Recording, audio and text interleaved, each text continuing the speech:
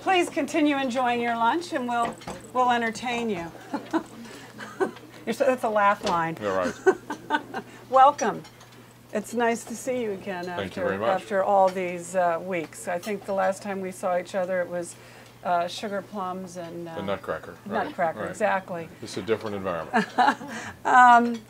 I'm curious, just off the top of my head, because I was reading today about the downturn in Starbucks. Who has more locations in the Washington area, PNC or Starbucks? Because it's got to be close, right? Starbucks has more locations, but I think we've got a better return on equity right now. Yeah, I think they're about to have fewer. Right. And they've already cut out their bacon and cheese sandwich or something like that, which I guess is a bellwether of, I don't know, I don't want to think about it. But before we get into all of that, I thought we should get to know you a little bit, because I think what's interesting is that you're here, but you're not from here. You're from another part of the country. I moved here 3 years ago next week, having spent all of my life in Louisville, Kentucky. Lucky man. And came here when I sold a bank to PNC 20 years ago, stayed and ran their banks in Kentucky and Indiana and Ohio, and was getting ready to retire when my boss said, I want you to move. And I said, I'm not going to Philadelphia, and I'm not going to Pittsburgh, and I'm not going to New Jersey.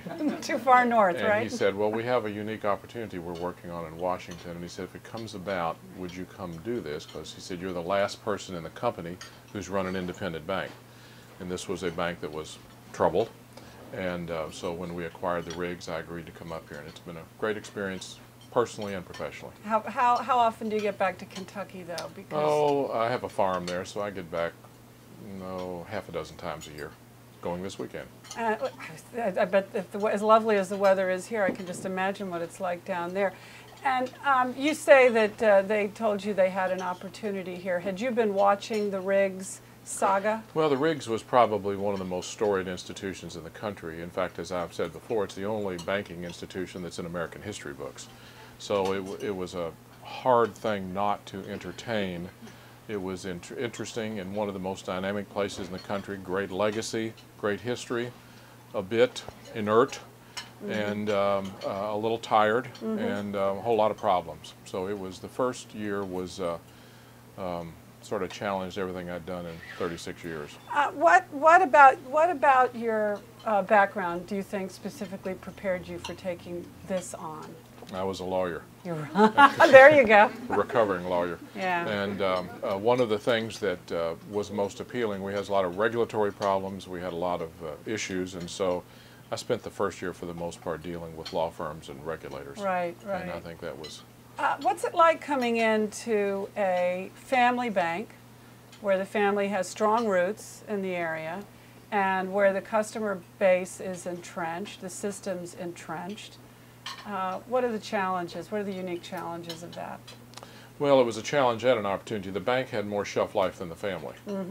So the bank had been here a long time, and the family had their share of controversy, and so it was easy to reach back as well to the family, who have become supporters and shareholders. The Albritons. The Albritons. So, but it was also easy to reach back, particularly with people with a DC legacy, because the Riggs had such deep roots here, had a great customer loyalty, and there was a lot of opportunity to rekindle loyalty with a different agenda. We wanted to build a full-service bank. We wanted to invest a lot of money. We have since we acquired the Riggs, we've spent an additional $7 billion over here. So we have a lot of shareholder equity. It's been very well received. I have found this to be an extraordinarily welcoming community. I think it has a habit pattern of welcoming new people. And it's the best part about it is it's a merit-based place, in the sense that if you come in here and offer something that people think has merit, they don't rely on, well, my grandfather did this, or my great-grandfather did that, or we've been banking with this company. If it's a good deal, they'll give you a fair hearing. Yeah. So we have been extraordinarily successful here, and I think by the nature of the community, they'll give you a shot. Have you wandered around in the nooks and crannies of the old buildings, particularly the building across the street here at Wisconsin and M, the other best corner at the corner of Wisconsin and M, and the Corcoran and the DuPont. I mean, I guess the Corcoran's your most iconic building, isn't it? The one by the White House. Well, I learned quickly within the first 30 days of being here that we owned the Corcoran branch, which is the only piece of private property that close to the White House. We had the DuPont Circle branch, which is another iconic place, and we had the farmers and merchants across the street. Which everybody calls the Gold Dome. Yeah, I quickly learned that we may own them, but the community allows us to use them. For all of the things about changing the edifices around town and disposing of branches and removing everything, those are, they're in Genesis. You don't tamper with those. The community does own them, and they allow us to use them. Tell me about it. I feel the same way about it. They allow us to use them. So the Corcoran branch itself is just such a beautiful facility. It's kind of our branch, but it's also sort of our house museum. Right. But one of the great things about the Riggs was they had kept, and this is a great tribute to the Albritton family, they had kept all the archives.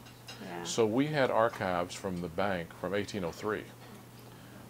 So we really... With whose signatures on them? Well, everybody's. From Abraham Lincoln, so we had letters from Pierre L'Enfant to George Washington about the city. So we decided that one of the great legacies we inherited was the stewardship of those documents. Right. So we spent a lot of time trying to figure out what to do. We had 1,300 ledger books that basically give you the history of the government, the federal government and D.C. We have the documents about lending the money to Treasury Secretary Seward to buy Alaska. We have the documents about financing the Mexican-American War. We gave all of those documents to the Gilman Library over at George Washington University. But we kept the presidential documents, a good number of them. And You're going to become a tourist attraction. Well, we've become, it's a historic legacy that you know, it's frankly been great fun, but a great challenge. So we kept the presidential documents, and they're on tour now across our footprint, across 9 states. When they return, we'll try to figure out what to do with them. Some of them should go to presidential libraries, and some of them should go to probably the archives, so we'll try to be great stewards. It was a byproduct of this very interesting place that unbelievably had probably more documentary history of the mercantile history of the district than anyone had. And so we took 18 months to figure out what to do with them, and we hired an archivist, we hired resources to do what to do, and so we think we've been good stewards of them. So you got a good deal buying Riggs. I mean, it was a good price. I think people the price was $658 million and $31 million in legal fees later. Wow. Okay. So but, it was. But you got some excellent real estate. We got a franchise. Yeah. And a franchise in a marketplace that has within 50 miles of the main office 5 million people, the highest per capita personal income, and the highest educational attainment level. If you can't do well there, you ought to get out of business. Get out of the banking business. So we've done very well there. We inherited an institution that was very, very dominant within the district. Yeah. Missed Virginia. Only had 5 branches over there, only missed 2.5 million people. So we have been rebuilding the franchise there. Virginia's a target. Virginia's a big target. And then under your watch, you bought Mercantile We bought Mercantile in Baltimore, which gave us, arguably, we believe will be the largest bank in Maryland when the statistics come out. That was an easier purchase, I assume, than it was fewer lawyers, less legal bills. Right. It was a very successful bank, and so it put our footprint from, increased our footprint in southern Delaware, increased our footprint on the eastern shore, which we didn't have any through Riggs, gave us a couple hundred branches in Maryland, gave us 26 branches in Virginia, and put us in Fredericksburg, and out at Marshall and some of the places on the periphery, Middleburg, we're growing. So we now have, 20. And this is all under your purview? The Baltimore bank is not. The Baltimore. The rest of Maryland and the rest of Virginia. Well, that's still quite a lot. How many branches do you personally have to look out for? I give up 210, something like that.